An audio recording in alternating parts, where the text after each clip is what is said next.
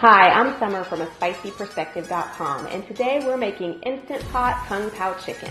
I've been in love with Kung Pao chicken since I was a kid, and we've made it in all different ways, in the oven, on the stove pot, but today we're making it in the Instant Pot because it's so easy, it's easy to clean up, and it's fun.